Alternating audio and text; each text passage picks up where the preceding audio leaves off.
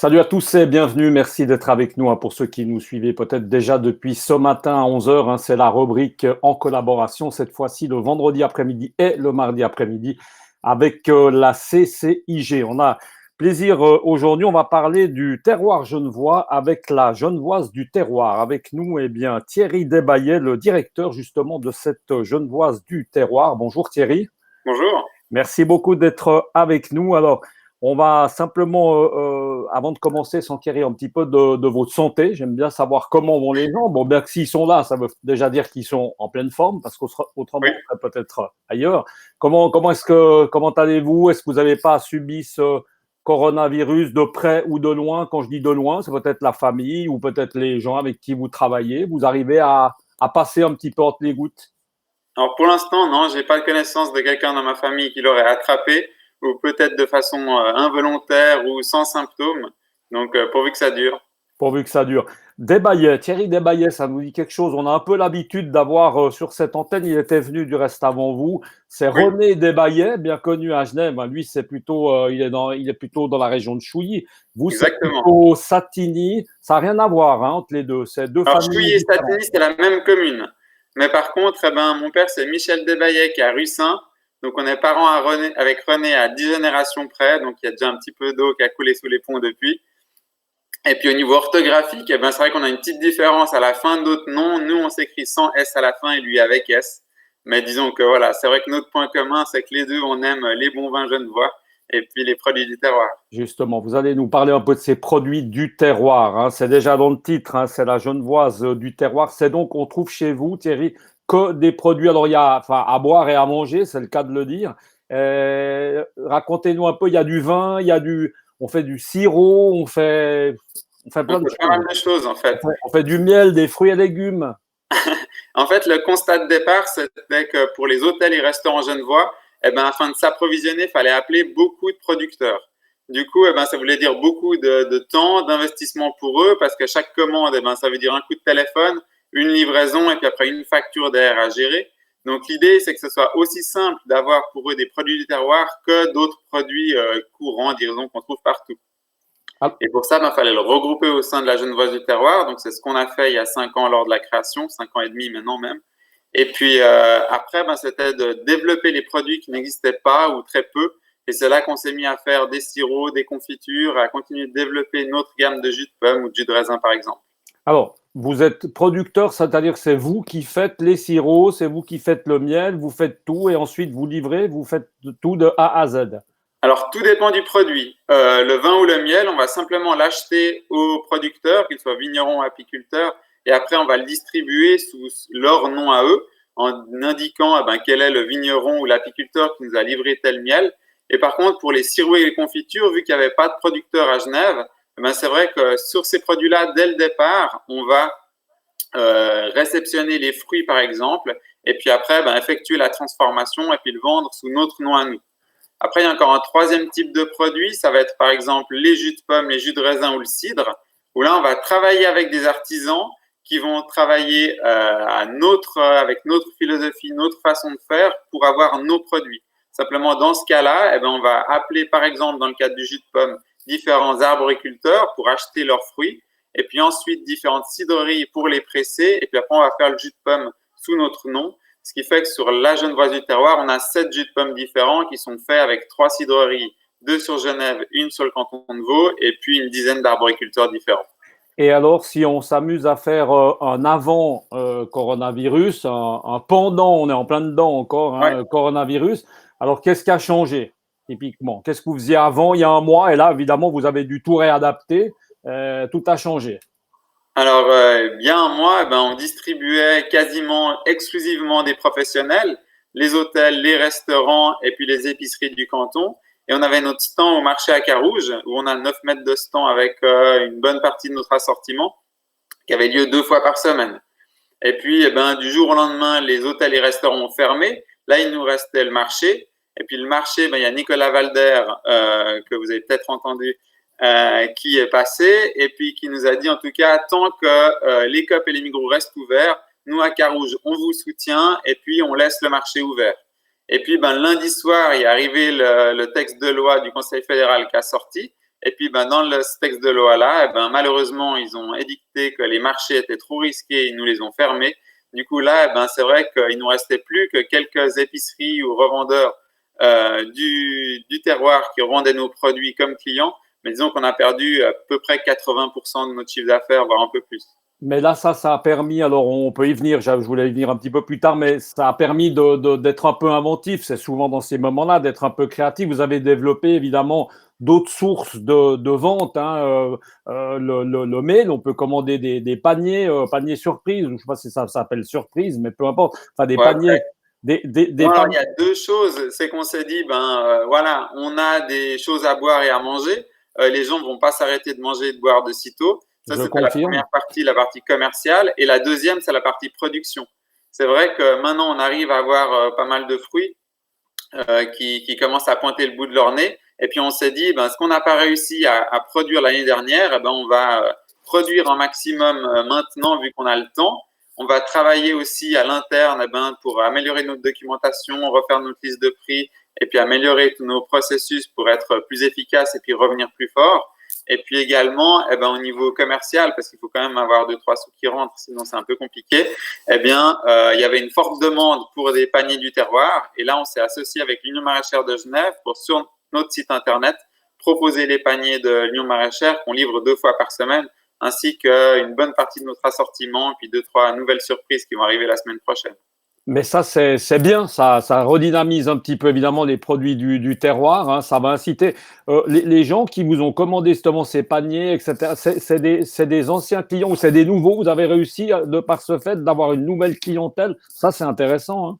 Ouais, disons qu'avant, on poussait pas vraiment la clientèle privée parce que celle du marché, elle venait au marché à Carouge pour acheter dans les différents stands qu'il existait. Donc, on avait déjà notre clientèle. Donc, certains, voyant le marché se fermer, ils sont venus sur notre site internet et ont vu qu'on pouvait leur livrer et puis ils sont venus par ce biais-là. Et puis après, tous les autres, c'est vrai qu'il y a eu comme un mouvement de panique en début de crise en disant les Coop et les Migros sont pleines. Tous les sites e-commerce qui livrent, ils ont des délais d'attente très longs parce que tout le monde se sont rués dessus. Du coup, il faut qu'on trouve des nouvelles possibilités là. Et puis là, sur des pages Facebook qui expliquaient les solutions pour se faire livrer pendant le coronavirus, et puis d'autres groupes comme ça et sites web et alternatifs qui se sont créés à droite à gauche, c'est vrai qu'en s'inscrivant sur tous ces sites-là, ça nous a fait connaître. Et puis, les gens sont venus sur notre site et puis ont commandé petit à petit pas mal de choses.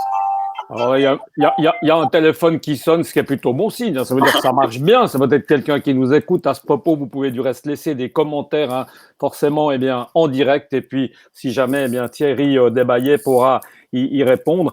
Finalement, presque envie de dire que ce qui se passe, alors évidemment, on ne va pas dire que c'est un mal pour un bien, mais ce qui est intéressant, c'est que, évidemment, vous avez perdu un gros marché. C'est les restaurants, les hôteliers, ça on a compris, Oui. les marchés. En revanche, vous avez développé d'autres sources de revenus. Et ça, c'est peut-être un plus pour après. Vous pensez que ça va continuer après cette crise? On va pouvoir continuer ces paniers, ces livraisons. C'est la nouvelle tendance. C'est ce que vous allez retenir un peu de cette crise, Thierry? Alors, les deux grands acteurs qui font ça sur Genève, c'est Espace Terroir et Magic Tomato, qui sont nos clients et puis qui, eux, ont vraiment explosé leur quantité de livraison pendant cette crise. Et tant mieux pour eux parce que c'est leur métier. Et du coup, ils le font mieux que nous et plus professionnellement et avec un plus grand assortiment. Donc ça, de toute façon, ça va durer. Espace Terroir, ça fait à peu près une quinzaine d'années maintenant qu'ils existent. Donc les gens veulent des légumes locaux par abonnement être livrés chez eux. Ça fait un petit moment maintenant que ça existe et tant mieux. Ça a sûrement renforcé en tout cas ce côté-là. Après, de notre côté, c'est vrai qu'on va continuer à s'appuyer sur le réseau qu'on a existant pour dire aux gens après cette crise, allez les voir, c'est leur métier. Vous pouvez commander les mêmes produits que vous avez découverts chez nous, chez eux. Et puis ça, c'est aussi super positif. Et après, il y a surtout un point que je trouve très important, c'est que quand on regarde soit au niveau clientèle ou politique, au niveau agriculture, finalement, c'était un peu marginal. Les gens rigolaient au nez quand on disait produits suisses. Et puis, on se rend compte qu'en cas d'épidémie, de frontières fermées et tout ça, avoir la souveraineté alimentaire, c'est très important. Que pendant ces périodes où on est confiné à la maison et puis un peu enfermé sans beaucoup de distractions et d'activités, mis à part regarder des séries télé toute la journée, il y a deux vrais plaisirs qui sont celui de bien manger, parce qu'on a le temps de se faire à manger et d'acheter des bons produits quand on les trouve, Et puis deuxièmement, bien boire, parce que c'est vrai que la convivialité des Corona apéros et autres apéros entre amis, eh ben ça reste.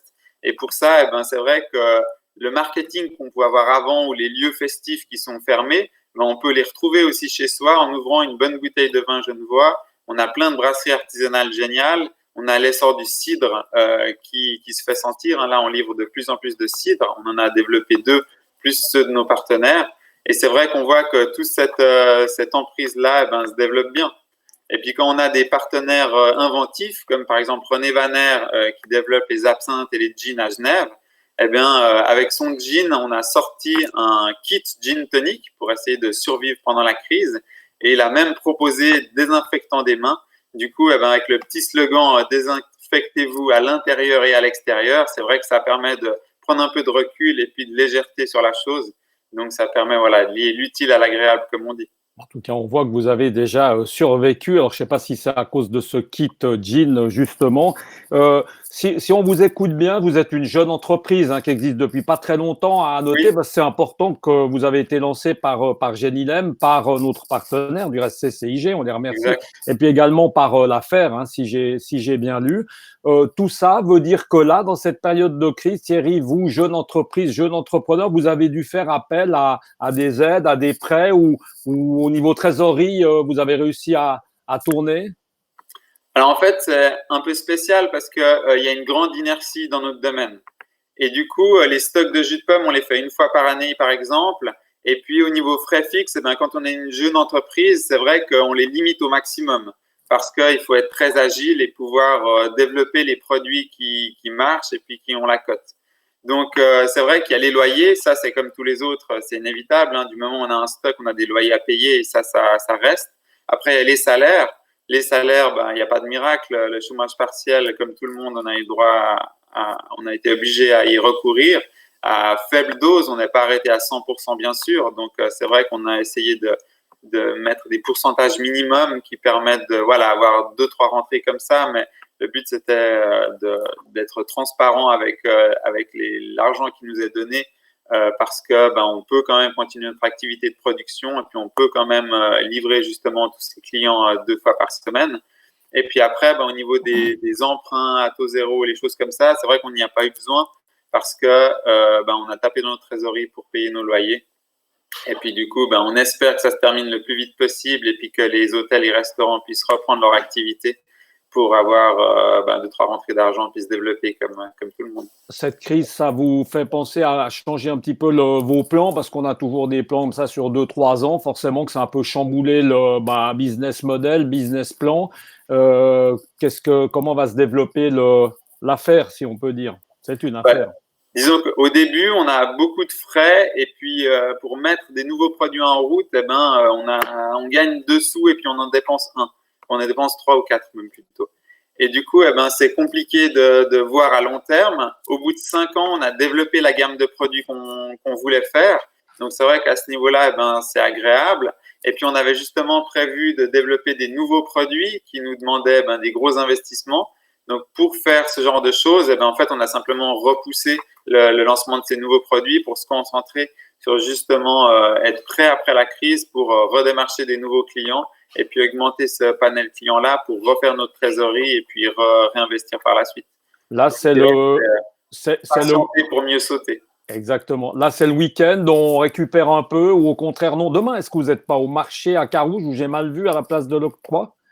Ouais, alors là, c'est un presque, l'histoire des marchés en Suisse. C'est que depuis la semaine dernière, il y a eu les premiers marchés qui ont rouvert à Carouge. Donc, Carouge avait la volonté, un peu comme sur la plaine de Plainpalais, de mettre des stands isolés, mais plus ou moins au même endroit. Et là, le canton a refusé la première variante. Du coup, la deuxième variante, c'était d'éclater les stands dans tout Carouge, avec plusieurs centaines de mètres de distance entre les uns et les autres. Donc, ils ont fait le premier week-end samedi dernier comme ça et ça a bien marché. Et de retour très positif. Et il y avait de l'espacement entre les gens et puis tout l'encadrement qu'il fallait pour garantir une sécurité bien plus grande d'ailleurs que dans les supermarchés. Et du coup, cette semaine, les marchés ont repris. Et puis là, demain, on est à la place de l'Octroi. On a déjà eu le planning de la semaine prochaine. Et comme il y a plus de marchands que de places disponibles, malheureusement, il n'y a pas eu de place pour nous samedi prochain. Par contre, on y sera de nouveau mercredi prochain. Et par contre, je ne sais pas encore l'emplacement. Donc ça, on le communiquera début de semaine prochaine. Et là, c'est avec tous les produits, évidemment, vous présentez évidemment l'ensemble des produits de cette genevoise du terroir, on est bien d'accord? Tout notre assortiment exactement, avec en plus les pommes et les poires. Et puis, dès la semaine prochaine, on devrait avoir les premières fraises Marat des Bois. Thierry Desbaillets, merci beaucoup en tout cas d'avoir été avec nous. Bonne chance pour la suite. On croise les doigts pour cette jeune entreprise en tout cas. Eh bien, on l'aura compris, qui favorise exclusivement, on en est très content du reste, les différents produits du terroir. Merci à vous de nous avoir suivis. Nous, on va se retrouver lundi à partir de 11 h pour une rubrique, eh bien, cette fois-ci signée la FER. On vous souhaite un excellent week-end à tous. Faites attention quand même au maximum. On le sait, le temps est très agréable, mais essayez de rester chez vous. À bientôt. Ciao. Bonne journée. Merci.